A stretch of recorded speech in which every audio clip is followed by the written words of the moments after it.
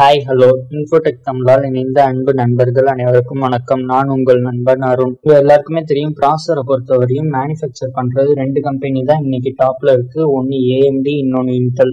அதுல நம்ம இன்னைக்கு பிசிபிள் சீரியஸ்ல பார்க்க போற வீடியோ என்னன்னா, AMD Ryzen 3rd ஜென்ரேஷன் ப்ராசரை பத்தி தான் ஃபுல்லா பார்க்க போறோம். அதுல வேற என்னென்னலாம் ப்ராசஸர் இருக்கு, அதோட ஸ்பெசிஃபிகேஷன்ஸ் என்ன, அதை பத்தி தான் இந்த வீடியோல ஃபுல்லா பார்க்க போறோம். வாங்க வீடியோக்குள்ள போகலாம். பிசிபிள் சீரிஸ்ல ஃபர்ஸ்ட் பாக்குற வீடியோ என்னன்னா, AMD Ryzen 3 3300X.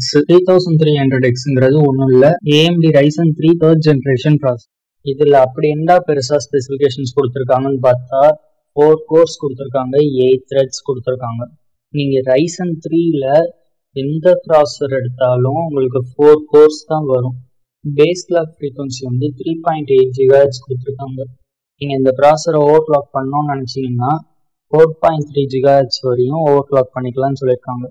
கேட்ச் மெமரியை பொறுத்த வரையும் L2 கேட்ச், L3 கேட்ச் ரெண்டுத்தையும் சேர்த்து உங்களுக்கு 18 MB கேட்ச் மெமரி கொடுத்துருக்காங்க. கிராஃபிக்ஸ் கார்டை பொறுத்த வரையும் PCI express graphics card support ஆகும்னு சொல்லியிருக்காங்க. இதை பற்றி நம்ம தனி வீடியோவில் பார்ப்போம்.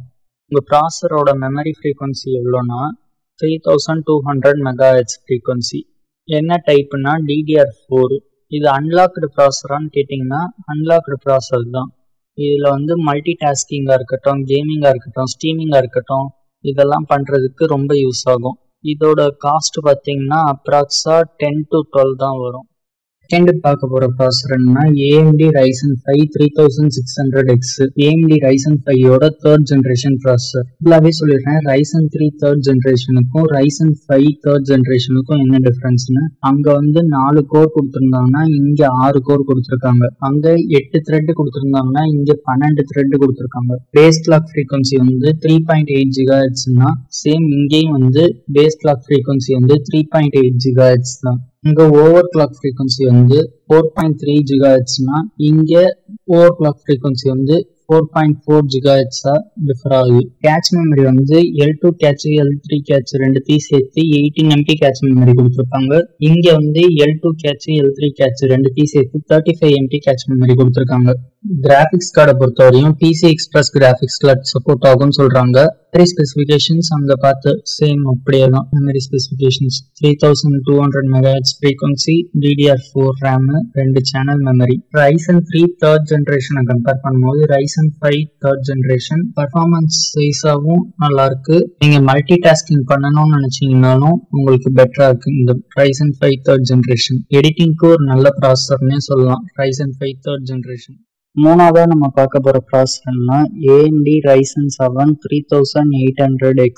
இப்ப லேட்டஸ்டா வந்த ப்ராசஸர், அதாவது Ryzen 7 3rd ஜென்ரேஷன்ல. நான் சிம்பிளாவே இதையும் சொல்லிடுறேன், Ryzen 5 3600Xக்கும் Ryzen 7 3800Xக்கும் என்ன டிஃபரன்ஸ்னு. அதுல 6 கோர் கொடுத்திருந்தாங்க, இதுல 8 கோர் கொடுத்திருக்காங்க. அதுல 12 த்ரெட் கொடுத்திருந்தாங்க, இதுல 16 த்ரெட் கொடுத்திருக்காங்க. இதுல பேஸ் கிளாக் ஃப்ரீக்வன்சி வந்து 3.8 GHz கொடுத்திருந்தாங்க, இதுல பேஸ் கிளாக் ஃப்ரீக்வன்சி வந்து 3.9 GHz கொடுத்திருக்காங்க. அதுல ஓவர் கிளாக் ஃப்ரீக்வன்சி வந்து 4.4 GHz வரையும் பண்ணிக்கலாம்னு சொல்லியிருந்தாங்க. இதுல ஓவர் கிளாக் ஃப்ரீக்வன்சி வந்து 4.5 GHz வரையும் பண்ணலாம்னு சொல்லியிருக்காங்க. அதோட கேட்ச் மெமரி பாத்தீங்கன்னா 35 MB கேட்ச் மெமரி. இதோட கேட்ச் மெமரி பாத்தீங்கன்னா 36 MB கேட்ச் மெமரி. கிராபிக்ஸ் கார்டை பொறுத்தவரையும் PCI express graphics card slot support ஆகும். மெமரி ஸ்பெசிஃபிகேஷன்ஸ் எல்லாமே சேம் தான். த்ரெட்டிங்கா இருக்கட்டும், மல்டி டாஸ்கிங்கா இருக்கட்டும், ஓவர் கிளாக்கிங்கா இருக்கட்டும், இதுக்கெல்லாம் AMD Ryzen 5 கம்பேர் பண்ணும்போது AMD Ryzen 7 3rd ஜென்ரேஷன் நல்லா இருக்கு. ஏன்னா இதுல த்ரெட் அதிகமா இருக்கு, இன்னொன்னு வந்து கேட்ச் மெமரி வந்து அதிகமா இருக்கு. ஒரு பிகினிங் ஸ்டேஜ்ல எடிட்டிங் பண்றாங்க அந்த மாதிரி உள்ளவங்களுக்கு AMD Ryzen 7 3rd generation use ஆகும். நாலாவதா நம்ம பார்க்க போற ப்ராசஸர்னா AMD Ryzen 9 3950X. இந்த ப்ராசஸர் ஒரு வேற லெவல் ப்ராசஸர்னே சொல்லலாம் AMD Ryzen 7 கம்பேர் பண்ணும்போது. ஏன்னா இதுல CPU கோர் வந்து 16 கோர் கொடுக்குறாங்க, த்ரெட் வந்து 32 கொடுக்குறாங்க, பேஸ் கிளாக் ஃப்ரீக்வன்சி வந்து 3.5 GHz கொடுக்குறாங்க. நீங்க ஓவர் கிளாக் பண்றது 4.7 GHz வரையும் ஓவர் கிளாக் பண்ணிக்கலாம்னு சொல்றாங்க. கேட்ச் மெமரி தான் வேற level. L1 catch 1 MB, L2 catch 8 MB, L3 catch 64 MB. மற்றபடி கிராஃபிக்ஸ் கார்டு, மெமரி ஸ்பெசிஃபிகேஷன்ஸ் இதெல்லாமே சேம் தான். அஞ்சாவதா நம்ம பார்க்க போற ப்ராசஸர்னா AMD Ryzen Threadripper 3990X. வந்தோடனே டோட்டலா இன்டெலோட மார்க்கெட் காலி ஆயிடுச்சு. என்ன இதுல ஸ்பெசிபிகேஷன்ஸ் கொடுத்துருக்காங்கன்னு பார்ப்போம் வாங்க. CPU கோர் 64 கொடுத்துருக்காங்க, த்ரெட் 128 கொடுத்துருக்காங்க, பேஸ் கிளாக் வந்து 2.9 GHz கொடுத்துருக்காங்க, மேக்ஸிமம் ஓவர் கிளாக் ஃப்ரீக்வன்சி எவ்வளோனா 4.3 GHz கொடுத்துருக்காங்க. இதுலயும் கேட்ச் மெமரி வந்து வேற லெவல்ல இருக்கு. L1 கேட்ச் வந்து 4 MB, L2 catch 32 MB, L3 catch வந்து 256 MB.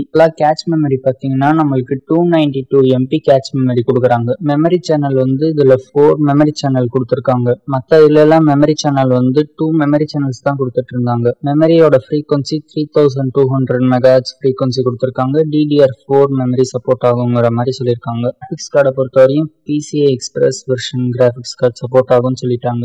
இந்த ப்ராசஸரோட ரேட்டு 3 லட்சம் ரூபா. நீங்க 3 லட்சம் ரூபா காசு கொடுத்து ஒரு ப்ராசஸர் வாங்குறதுக்கு Ryzen 9 எடுத்துட்டு போயிடலாம். 1 லட்சம் ரூபா 2 லட்சம் ரூபாய் எல்லாம் கொடுத்து ப்ராசஸர் வாங்கணுமா?